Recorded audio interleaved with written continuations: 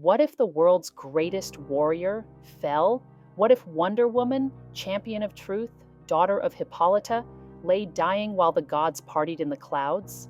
That's exactly how Wonder Woman number 7 opens. Olympus celebrates victory, while Diana's life slips away. But this isn't a story about death, it's about rebirth, a resurrection shaped by gods, driven by destiny, and sending Diana straight back into man's world, where a young girl is dying, a nation spirals into panic, and a new enemy begins to emerge. From Poseidon's ocean throne, to Diana's explosive rise in the modern media, to the chilling first steps toward the cheetah. This is the moment Diana transforms from mythical warrior into a global phenomenon. Let's dive into George Perez's epic Wonder Woman number 7, August 1987, Rebirth.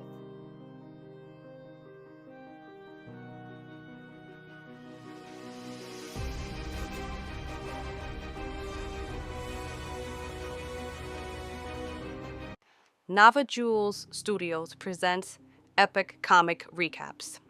Before the movies, before the TV shows, the legends of superheroes were born in the pages of comics. Welcome to Epic Comic Recap, your weekly journey through the greatest comic book origins and adventures.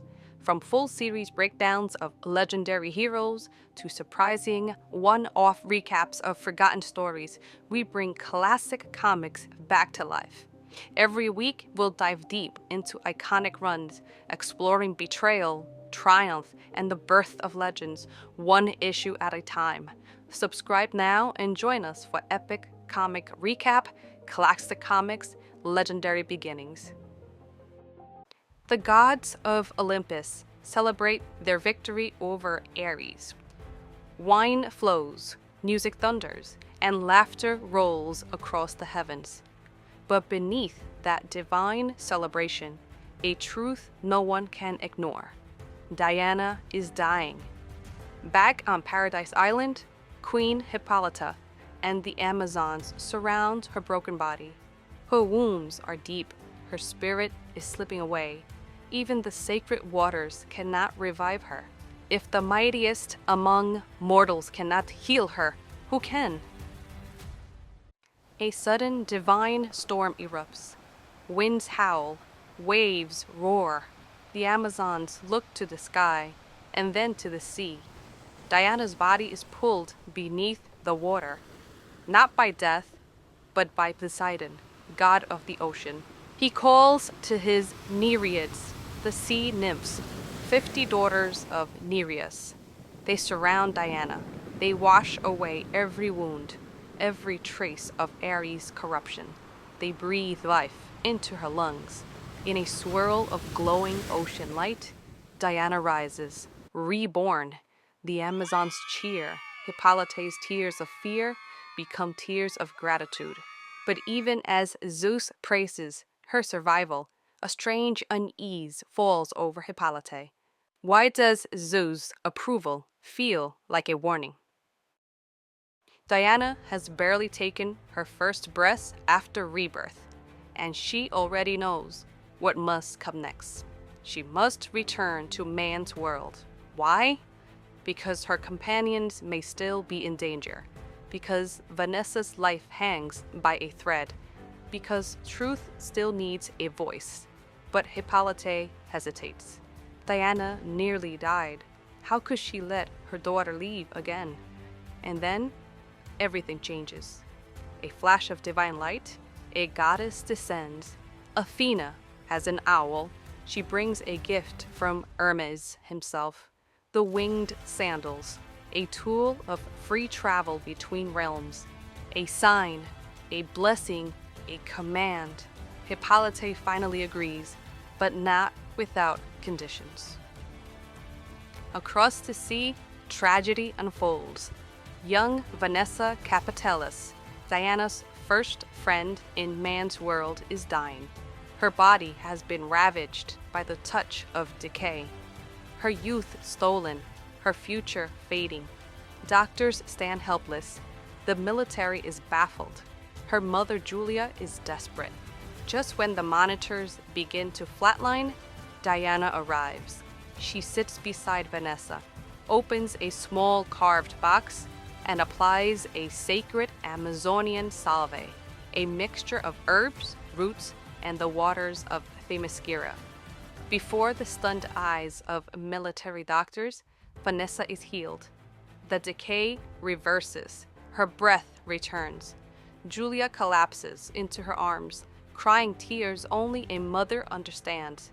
Diana whispers, "Your daughter's smile is payment enough." The world has questions. The military wants control. And the media? They want everything. Wonder Woman becomes a household name overnight. Magazine covers, talk shows, skywriting, blimps, and billboards. The world is dazzled. The Pentagon is horrified. And in the middle of this chaos enters Mindy Mayer, the most relentless publicist in Boston. Loud, relentless, chaotic, unfiltered. At first, Julia slams the door in her face. But soon, even she realizes if Diana is going to teach humanity, she needs a platform. Mindy becomes the architect of Diana's public image. Tasteful? Not always. Effective? Absolutely. The Joint Chiefs of Staff cannot believe what's happening. A literal goddess is giving public statements about Ares, war, and divine manipulation. They fear scandal, they fear exposure, they fear the truth. One pilot, mourning his fallen comrade, Michaelis, watches from afar, hoping Diana can force the world to face what really happened. Meanwhile, in Nottingham, England, we meet Barbara Minerva, archaeologist, heiress, explorer, addict. She studies every article about Wonder Woman with a cold, burning fascination. She covets Diana's golden lasso, an artifact forged from the girdle of Gaia. She wants it. She needs it. Her assistant, Chuma, pleads with her. The cursed plant she depends on is slowly destroying her mind. But Barbara doesn't care. She orders the ritual to begin again.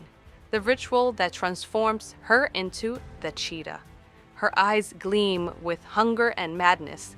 The lasso, she whispers, will be mine. If you enjoyed this recap, don't forget to hit like, subscribe, and ring the bell icon so you'll never miss an origin story, a betrayal, or the moment a hero is born. This is Epic Comic Recap, Classic Comics, Legendary Beginnings. See you next time, folks.